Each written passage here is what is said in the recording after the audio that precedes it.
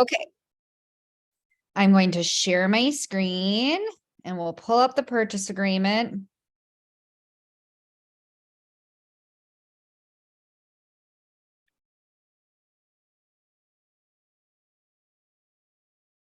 Right. Can you guys see? Yep.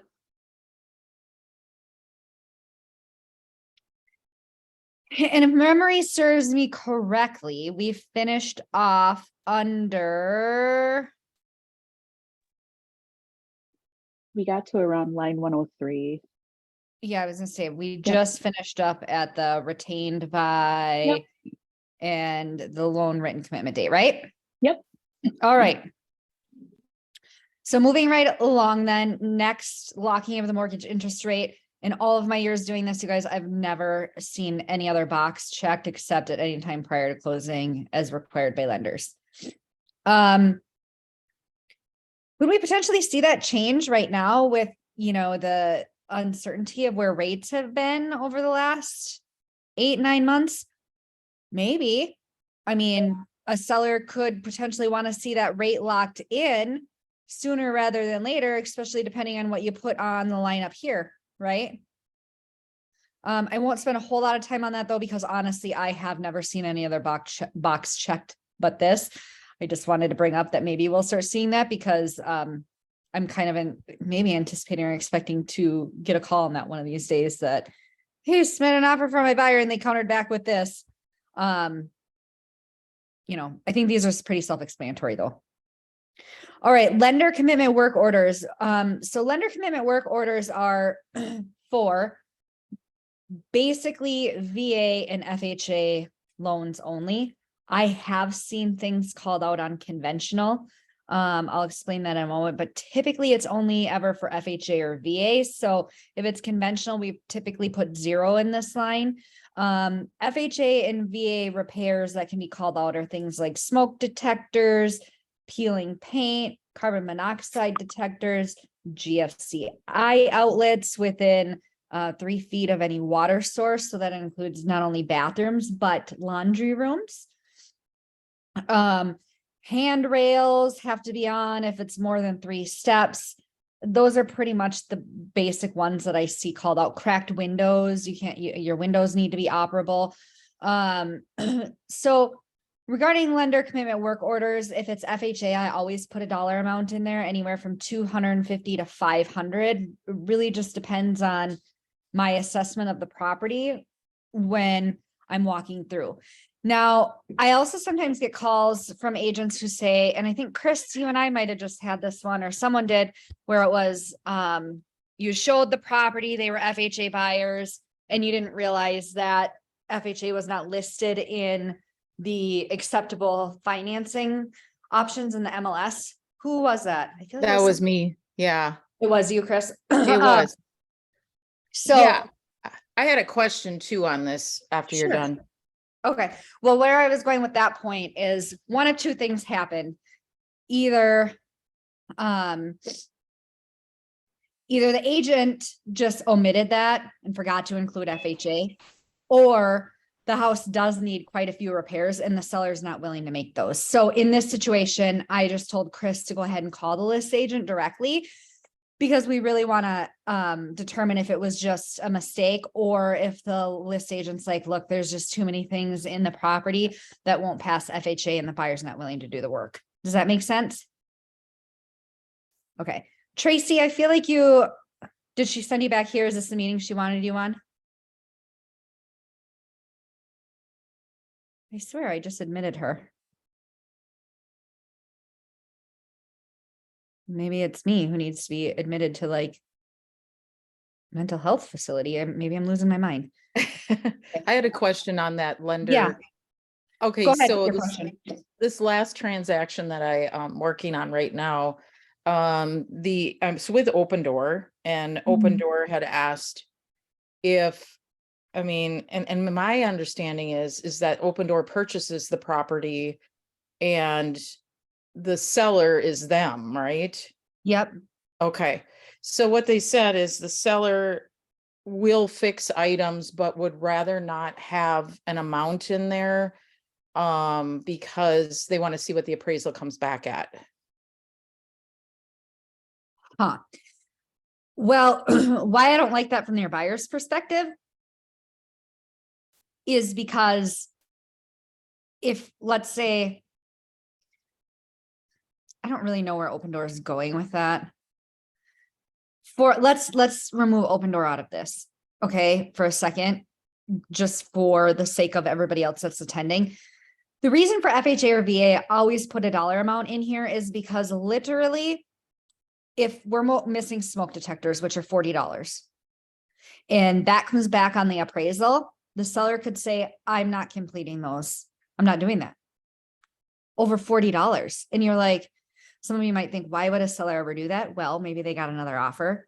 I literally had a seller once who there was no deck, but there was a sliding glass door and there was no locking mechanism. And that was called out. And the seller was so angry with the buyer at this point for how the negotiations went that they were willing to blow the whole deal over that locking mechanism.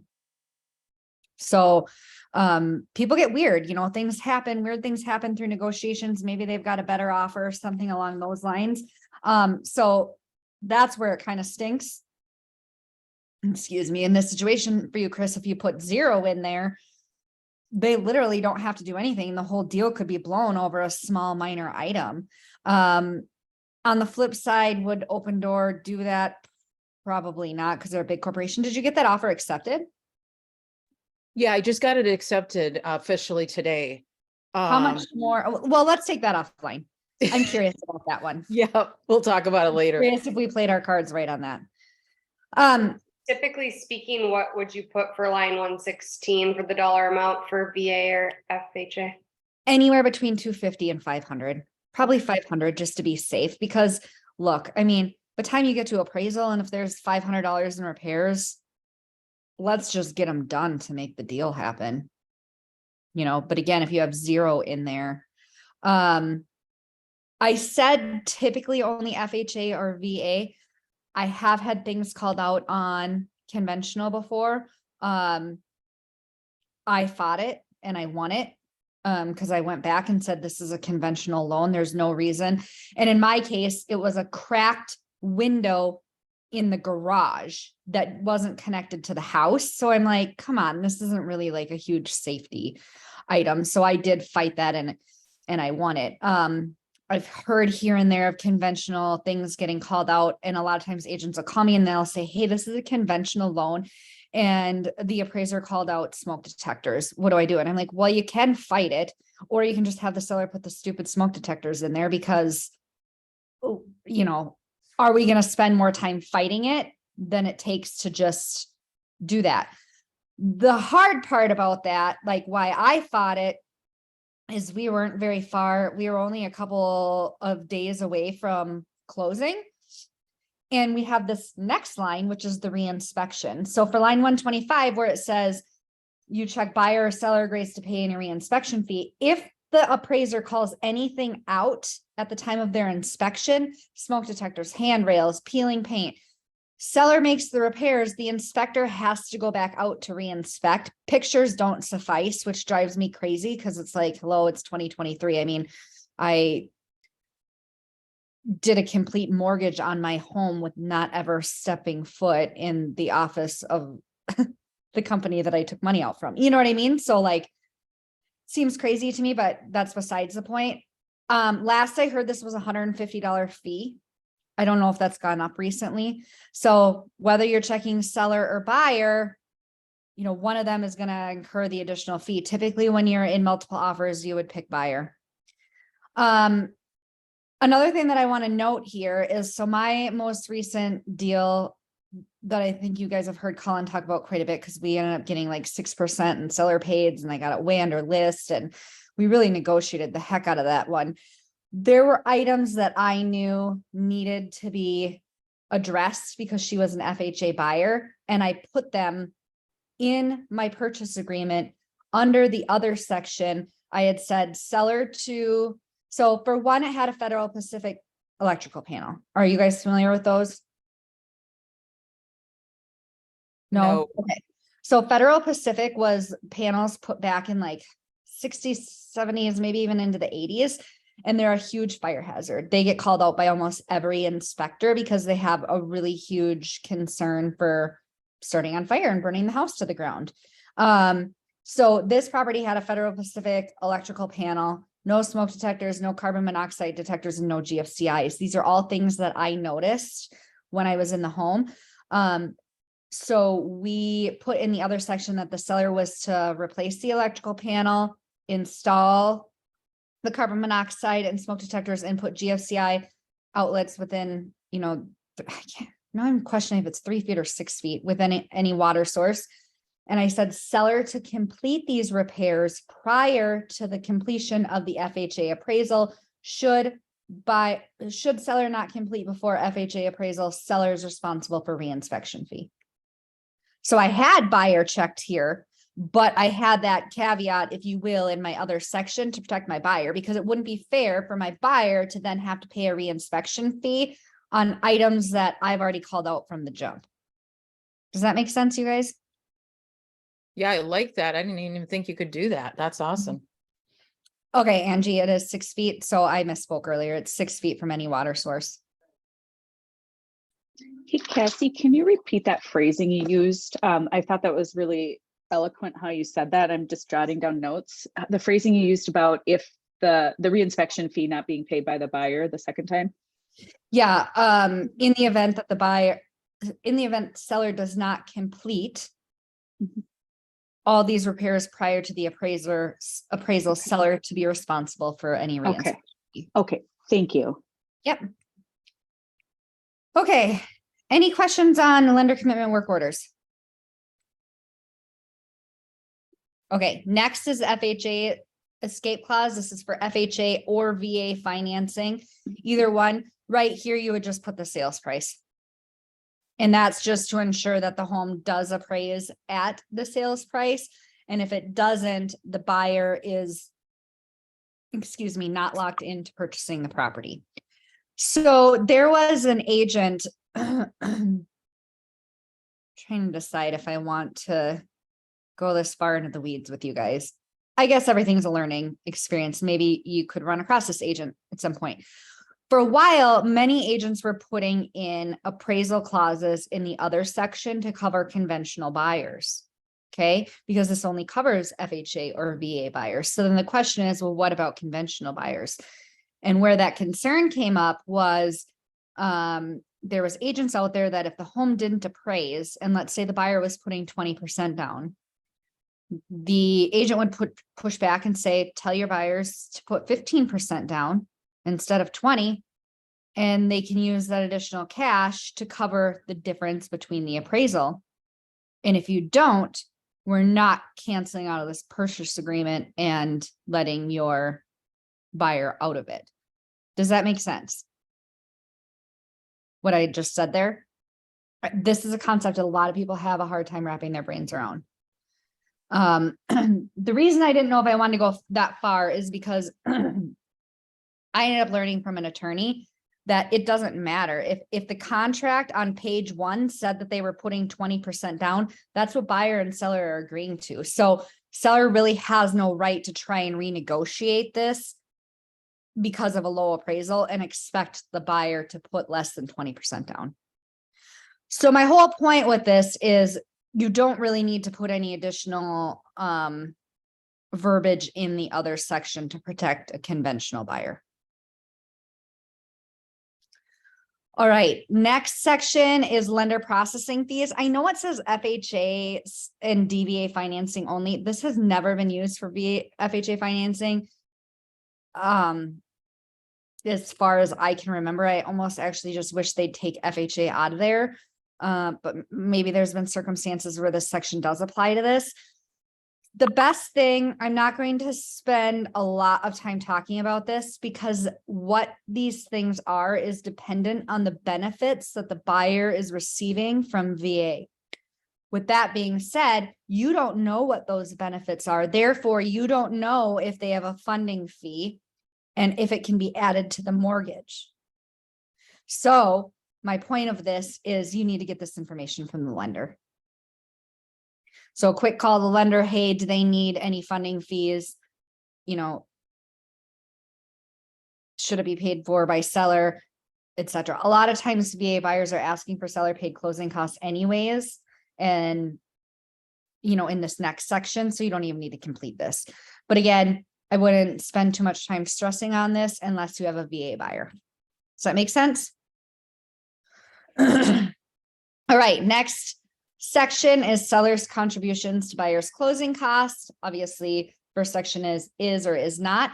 And then you check one or the other, either 158 or 159. I've seen where people try to check both boxes. You don't do that. You either check line 158 and you put a flat dollar amount in here, or you check line 59 and you put a percentage in here. It's always one or the other. Any questions on that? No? Okay. Are there general rules of thumb for maximum percentages that can be per loans? You know, like FHA, I think is top is 6. Was that, Yep. am I right on that? Yep. And then like conventional, all that. Yep. I know Cullen's gone through them. I mean, FHA, I know for sure 6. Conventional, I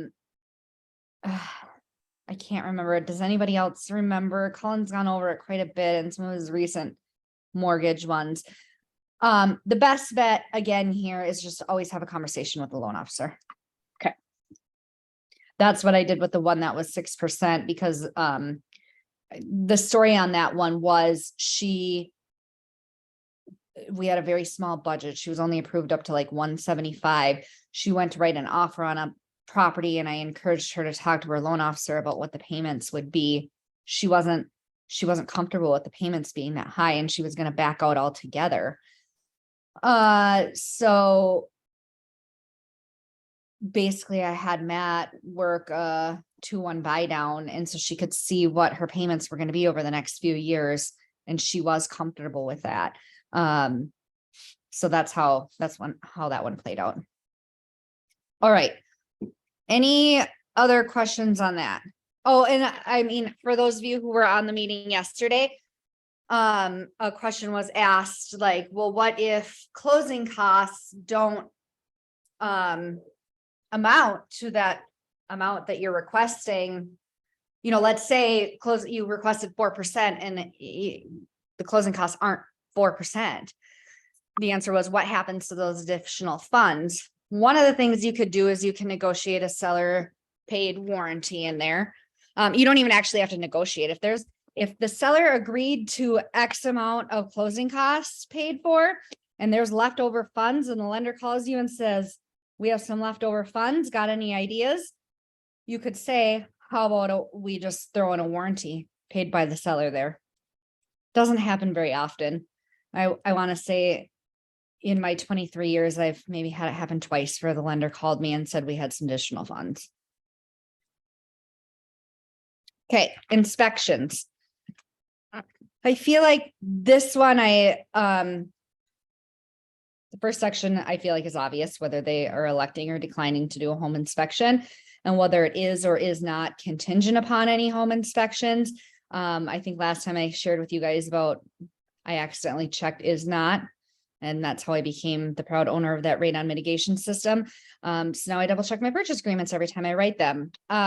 So there is sometimes where buyers will do a home inspection, but not make it contingent on the results. They just want to do that home inspection to see what they're getting themselves into. Seller does or does not agree to allow buyer to perform intrusive testing. Intrusive testing, so basically any home inspection that you do is considered a visual home inspection, right? They're not going behind walls. In fact, most inspectors won't even inspect the attic if the attic access is sealed shut. So sometimes you'll get inspectors who call the homeowners and say, hey, your attic is sealed shut. Do you mind if I unseal it? Some homeowners will say, yeah, that's fine, but the inspector will not reseal it. So I've ran into issues with that before where the seller got upset because the inspector went into the attic and didn't reseal it. whether that's intrusive or not, I don't know. What intrusive really is, and the only thing I really know it for is stucco. So if you have a stucco home and someone wants to do a moisture test on that, they literally take a probe and go through the siding to test the moisture levels in the siding. And that would be considered an intrusive testing. Some have also argued that sewer scopes is intrusive testing. I would argue that depends on where the main sewer line access point is, right? And I say that because like in my house, it's in my daughter's room and there's a cap and there's literally like, they'd have to remove the cap to get to that. But I've been in houses where it's literally carpeted right over. Well, then the carpet would have to be removed. Is that considered intrusive testing? Maybe. On the intrusive testing, so like you said with stucco, if they're drilling holes or what have you in the stucco, is that something where then do you have to talk about how that gets repaired? No, Or who because pays for that? most stucco testing companies, that's just what they do. They fill the hole when they're done. Okay, got it. Yep. And is it best practice when you're doing inspections to always have the buyer pay for their inspection? Yeah. I assume so. I mean, I just wanted to make sure to ask kind of that silly question, because I had that come up with my offers, Kassie, with inside the home inspection and then a stucco inspection. And then my buyers wanted the sellers at that time to pay for that stucco inspection, but my buyers would pay for the inside inspection. So I just wanted to make sure. I feel like that would have been a fair, and I think we talked about that one. So to back up, buyers typically always pay for their home inspection and buyers are in ownership of that. For a stucco inspection, is it somewhat fair for the seller? Well, yeah, because especially if that inspection is clean, that would be a selling point for them, or at least, you know what I mean? I don't know that agreed. it's a selling point, but it's something that they could advertise. Hey, stucco was recently inspected. Stucco is, there's no moisture there. Whereas if the buyer pays for it and the results are good, the buyer doesn't have to release that to the seller. Mm-hmm. So, and sometimes inspections can get costly. Back to my sewer line inspection. If your buyer wants to do a sewer line inspection, and guys, this is becoming more and more common in the last few years than I've ever seen it before, but rightfully so, especially in areas of like Minneapolis, St. Paul, those areas where the homes are older and the yards have these huge trees in them and the roots start to grow into the sewage system. And that's really costly.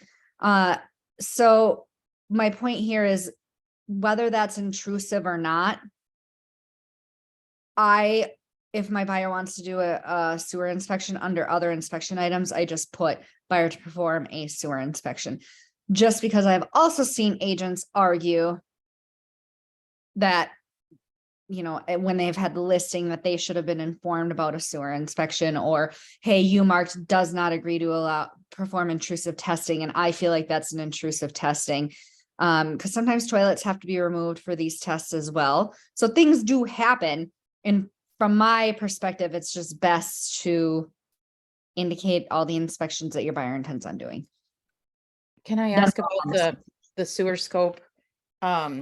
How long does that usually take and how much does that cost? Do you recommend that to your buyers? I do recommend it to my buyers, again, depending on the area. Like I take a look at that when I'm showing a house. Like one time I pulled up to this house in St. Paul, and that was the first thing I said to the buyers. I was like, this is a massive tree in the front yard. And the front yards aren't very big, right? From there to the street. So the roots really don't have the ability to keep I mean, I guess I'm not a horticultural, no expert on trees, but if the road's right there, my guess is the roots continue to go down and don't go under the road. I could be wrong on that, but you know, the first thing I just kind of point out is, hey, you may want to consider a sewer inspection. Just because we have seen trees, these large trees, the roots can start to grow into the sewer. I would hate for you to purchase a home and a couple months later have a $5,000, $20,000 repair bill because your underground sewer system is shot. And the cost of those is roughly like $250. I think the last one my buyers did was last year, and it was like $250. I was just curious because I have not had anybody do one yet, and I haven't really known enough about it to recommend it.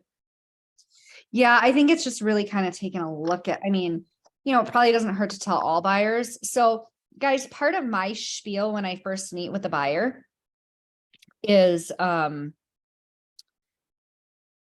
know, we talk about buyer rep and agency and all those things, but I ask how familiar they are with the buying process. And if they're not real familiar with it, the things I touch on is earnest money, explain to them what it is, and that it's not, you know, it's refundable if it's contingent on inspection or mortgage, and it's just not refundable if one day you wake up and decide not to purchase the home. And I also explain home inspections. I always tell them, look, in the state of Minnesota, inspectors are not required to be licensed. So who you choose does matter. Right? Like I had buyers once pick a home inspector that they found on Craigslist for $150, and it was the worst inspection ever. Right? So like, make sure you're choosing a reputable company. And I always advise inspections running anywhere from $350 to $650, depending on who you use and what type of inspections that you do. And also be aware that doing an inspection on one home, it's a one-time thing, right? So like if you put an offer in on a house, you pay for a home inspection, you cancel as a result of the home inspection, the inspector doesn't go inspect the next house for free. You have an additional same cost for the second inspection. And I explain that to them because especially first-time homebuyers, if they don't have a lot of money, they don't realize how much money buying a house up front can really cost. All right. The other thing is, and you guys probably know this, or you're probably sick of me talking about it. The inspection period really solely lies on you as the buyer's agent, right? It says right in here, let me move. Okay. Buyer, blah, blah. Sorry, I'm looking here. There's always a paragraph I read. If buyer cancels his purchase agreement, buyer and seller shall immediately sign a cancellation of purchase agreement, confirming said cancellation and directing all earnest money paid here to be refunded to buyer. If buyer does not cancel this purchase agreement before the end of the inspection period, then this inspection contingency shall be deemed removed and this purchase agreement shall be in full force and effect. So what I want you guys to take away from this and understand most about this is if you're at your deadline where inspection is that evening, submit not only requests, but submit a cancellation and an extension. Do all three. And you can submit them and tell the agent like, hey, we really don't have any intention of canceling. We'd like to work through this with you and the seller. However, I'm reaching my deadline. And it's in my buyer's best interest that I submit this at the same time. Because if you, just by submitting the amendment does not satisfy this inspection contingency. So I'll share another story with you. I had a buyer, no, I'm sorry, I represented the seller, and our deadline was on a Sunday at midnight. I'd had a really crazy day that day, which is besides the point, but I was in bed by like 9 o'clock that night. 10 o'clock, the agent had submitted to me an inspection amendment. I was sleeping. Okay, I woke up Monday morning and saw this. And I wrote back to the listing agent and I said, I will surely run this by my sellers, but please note that you are now beyond your inspection period. And my sellers don't have to do anything. And she wrote me back and said, no, I submitted you the amendment by our deadline. And I said, that's not what the purchase agreement says. You need to go back and reread the purchase agreement. If you don't understand the purchase agreement, you need to speak with your broker. So then she calls me later in the day and is like, well, I spoke with my broker and he said, you're wrong. And I said, well, your broker's wrong and he needs to call the legal hotline. Like, the purchase agreement itself to me is pretty clear. Says if buyer does not cancel this purchase agreement before the end, it doesn't say anything about unless an amendment's submitted, unless, you know what I mean? So like, this is a big piece for everybody to understand. I did have a conversation with my seller and I said, look, we can be jerks and we can tell them to kick rocks, or we can play nice in the sandbox and we can agree to do some of these items. The problem there, or what happened, was they were asking for like $30,000 in repairs, and the house probably needed it. There was roof issues, there were siding issues, there was all kinds of things that the house needed. And they were like, you know what, we'll give them, I think they ended up getting them like a $5,000 credit. It wasn't near the things that the house probably really needed per the inspection. But unfortunately, the buyers contractually were obligated to it, and the agent didn't do their job or their part in, doing the necessary documentation that she should have done. She should have included a cancellation in there. Because she would have then submitted the cancellation to me in time. Then my sellers wouldn't have been able to strong arm them and saying, hey, we're only going to give you $5,000 in repairs when the house needs 30. To finish that story out, at closing, the buyer's agent ended up giving up all of her commission. So does that make sense, you guys? Anyone? Anything? Yeah, it made sense to me, Cass. Okay. I just want to make sure you guys understand this part, just if you're getting near that deadline. And then also all of your contingencies say whether it's calendar days or business days. So in this particular case, it's calendar days, and calendar days does not include weekends. No, I'm sorry. It does not exclude weekends and holidays. So it includes weekends and holidays, right? All right. What do you typically put for the number of days for calendar days? Well, that again, is really just dependent on if I'm in multiple offers. Like 2019, 2020 was probably my favorite real estate years, because the market was just starting to get aggressive, but you could still do home inspections. It wasn't like the craziness of the last 2 years.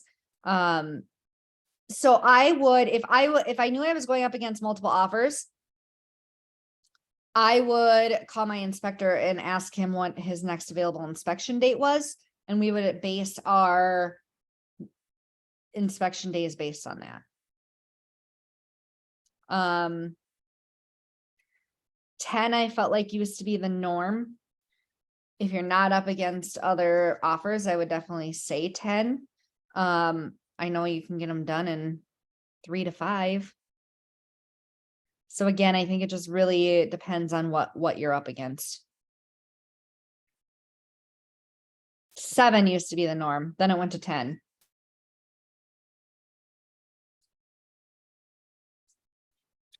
All right. Any other questions on the inspection?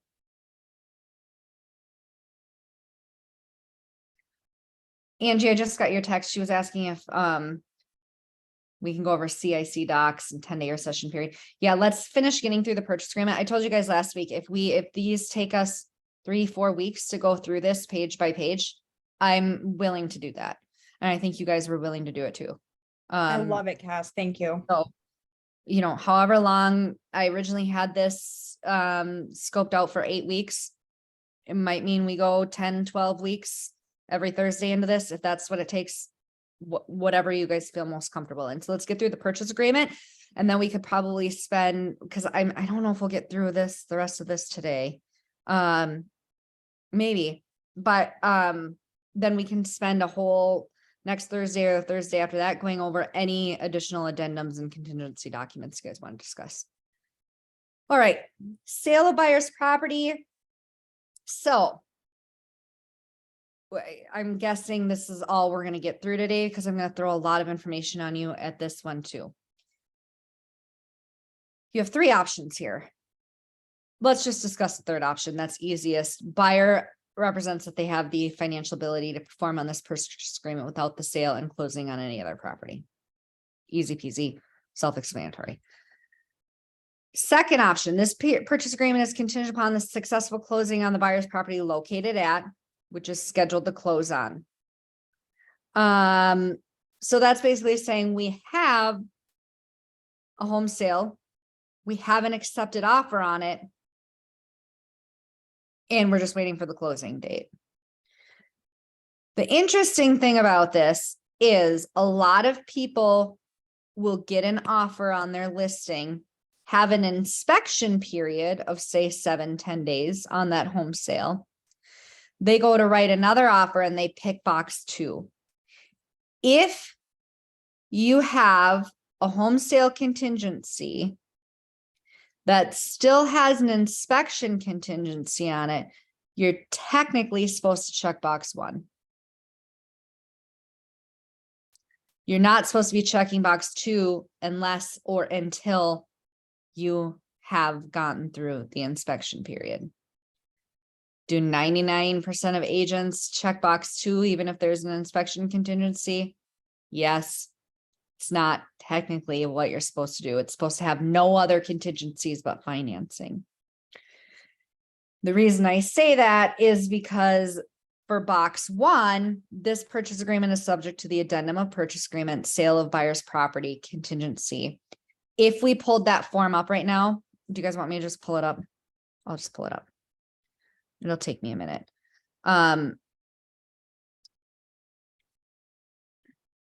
The contingency itself says that it's not contingent on anything other than financing.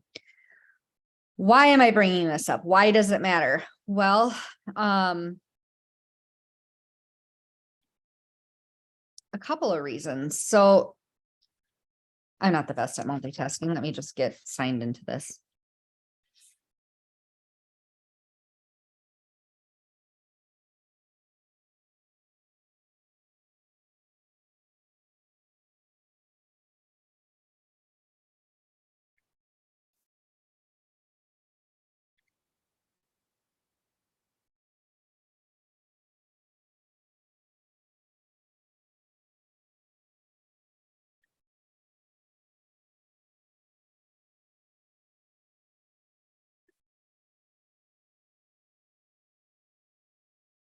Just going to add one quick to this.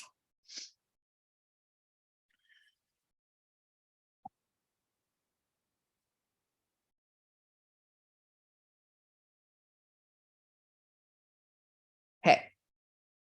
So if we're checking box 1,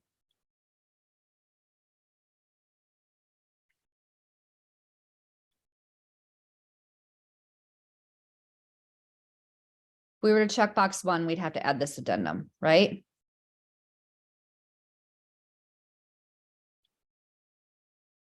Sorry, I keep having to move you guys around. I don't know if you can see it on your end when I do that. That's why. Okay. Addendum to purchase agreement, home sale, buyer's property contingency. So the first line is stating what date you're writing, what's the date of the purchase agreement.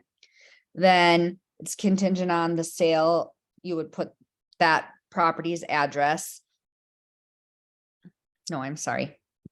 The first line is the property address. The second line is the address in which the contingency would be related to.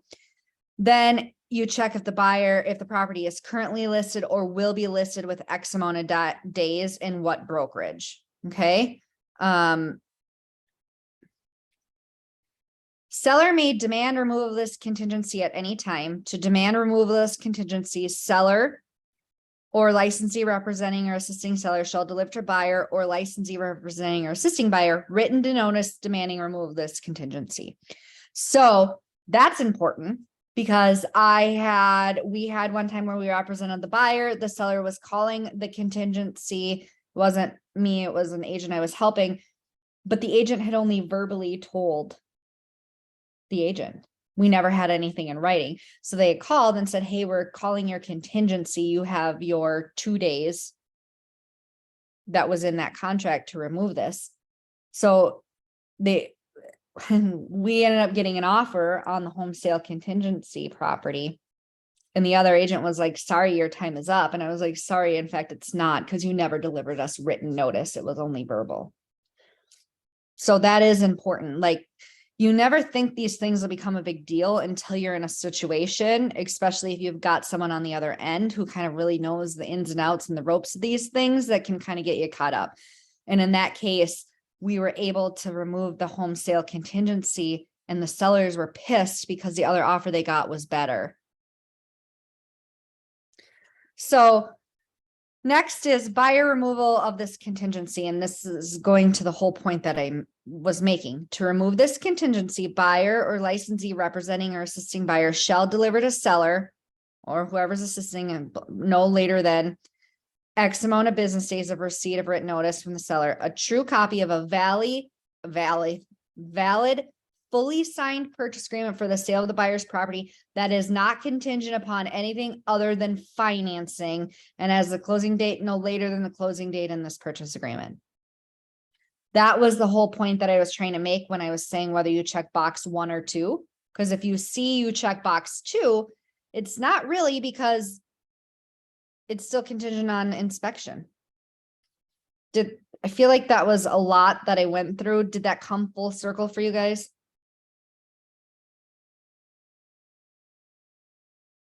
Is that a no? I mean, are you guys afraid to speak up? Because I will go over it again.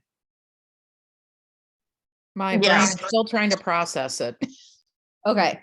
So basically, if you have a home sale contingency, the only way to remove that home sale contingency is by providing an offer that's contingent on nothing other than financing. So if it's still contingent upon a inspection, you're not removing this.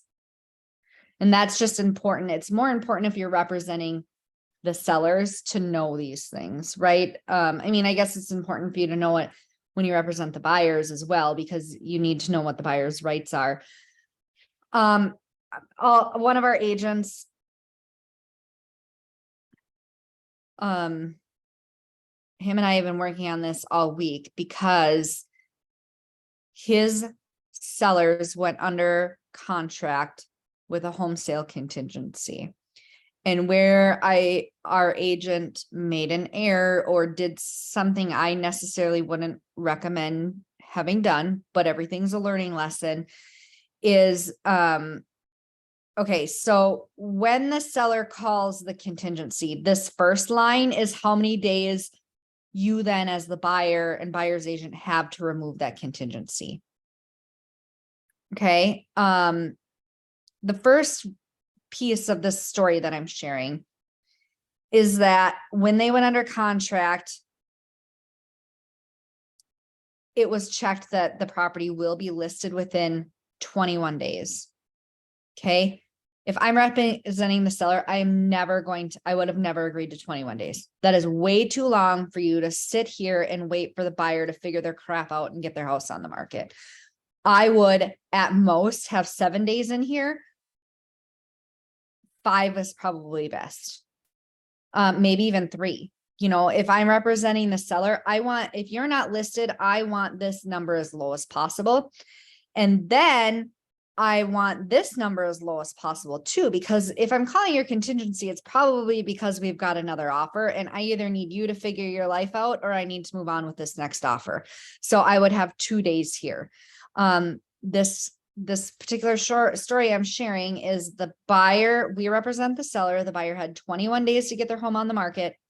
Then they had 5 days or 5 or 7 days to remove this contingency.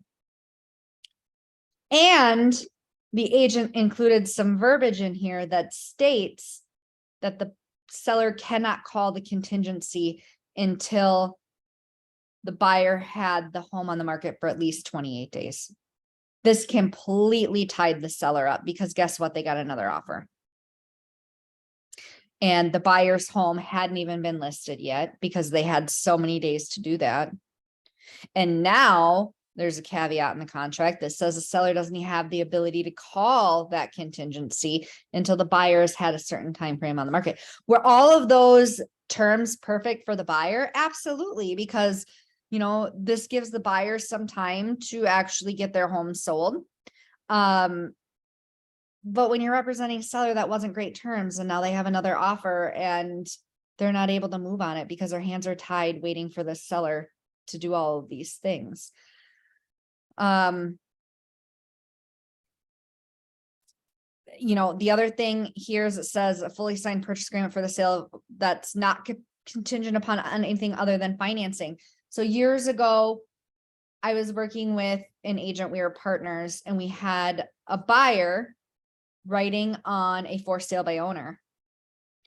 And the for sale by owner had already had a contract in place with another buyer. The other buyer was contingent on their home selling. Okay, does that make sense? So I've got a buyer, we're going to write on a home that has a home sale contingency clause in it. The other buyer then was like, oh, never mind. We don't need to sell our house. We're going to get a bridge loan once they learned that there was another offer.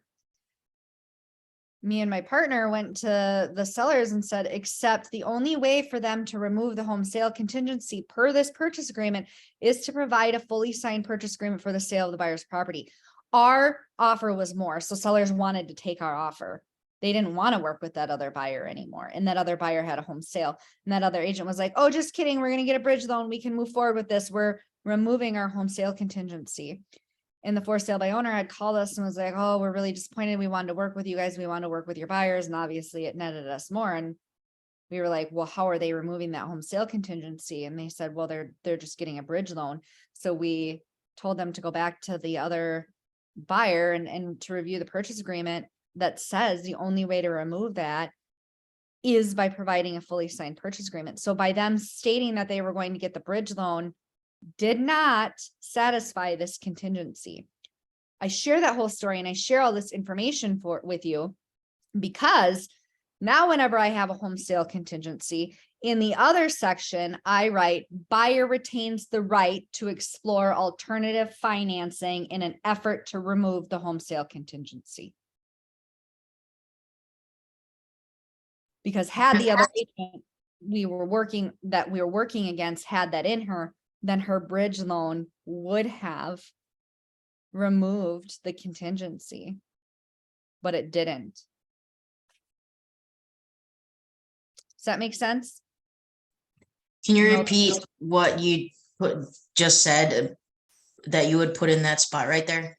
Yep. So whenever I do this, whenever I have a home sale contingency, a buyer retains the right to explore alternative financing options to remove home sale contingency.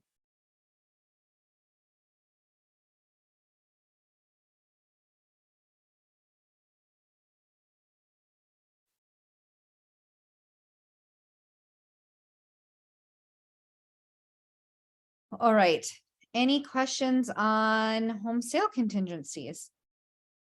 I knew that section would take a little while because there's a lot of information to know about that. And it's lots of things, you guys, that even seasoned agents don't know all of those things, like the removal of the home sale contingency only being able to be removed via a purchase agreement. A lot of agents don't know that. So in this particular case, so this other one that I was sharing with you, how we have this huge long time frame for them to list, and then the seller can't even call the contingency until they've been listed so long. We did get another offer, and that's why all these conversations are happening. And I said, we'll call the home sale contingency anyway, even though we technically can't call it till they were on the market for the 21 or 28 days. I said, well, just tell them you're calling it now, but on the 24th day, they better have a purchase agreement to us. Now I'm keeping that in my back pocket, is maybe they'll get an offer and the agent will try and remove the home sale contingency, but it's contingent upon inspection. And then we'll be able to whip that out. All my secrets. All right. So, well, we still have like 8 minutes. Do you guys want me to see if we can get through another section? Let me Can I see go what- through one with you? What was that? Can I don't know if you want me to ask offline or can you just like, can I discuss this? So there is a property that's under contract under a sale of another property. Uh-huh. The listing agent called me and said, hey, if your offer is better, or come in, take a look at the property and write us an offer and we'll call their contingency. Mm-hmm. So if we write an offer to him, does he have to call their contingency first before he accepts ours, right?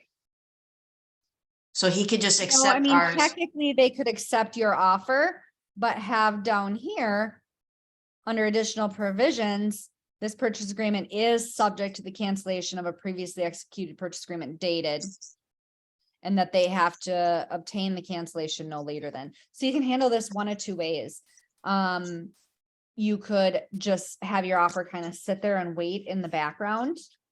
While they work through that contingency, or what's in the better interest of your buyer is to have this box checked, get it signed by the sellers, because what if another offer comes in the meantime that they're calling that contingency, and now suddenly you're in multiple offers. Okay, Does that make sense? yeah, thank So you. this would be the ideal. A lot of agents will just sit on it, but like, if you feel like there's a lot of activity or interest, or there's just something in your gut, I would tell them like, hey, go ahead and sign this purchase agreement, make it contingent on is. That way you have a solid purchase agreement as soon as they call the other contingency. Nice.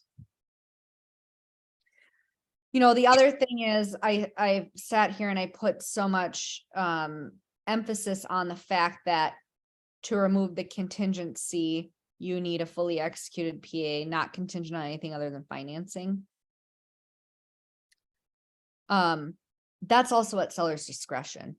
Just because the purchase agreement says that, if they like the offer that they have and they did get a purchase agreement that was contingent on inspection, but the seller was willing to wait that out because maybe that offer was better than what we were offering, that's at their discretion to do it. But if they really want to get out of it, that's the loophole.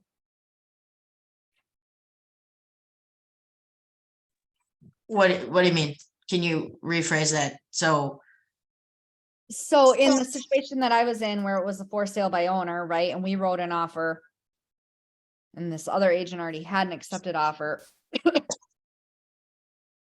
She tried to say, hey, we're getting a bridge loan. And we were like, that's not how you remove this contingency. Had the seller wanted to stick with that offer, yeah, they could have accepted that.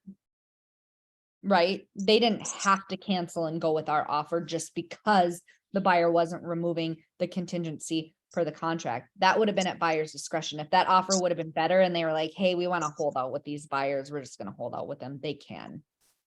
okay. They're not required to, just because they got another offer doesn't mean that they're required to initiate the sales clause. Does that make sense? All right. Anything else you guys want to chat about today? Otherwise, we'll stop it here and we'll start in assessments next week. Which the rest of this, I think I'll go relatively quickly. Thank you. Yeah, thank you so much, Cass. All right. Thank you guys. You know how to Thank get a hold of you. me if you have any questions throughout the week. All right, talk soon. Talk to you later. Have a good day. Thanks, you too.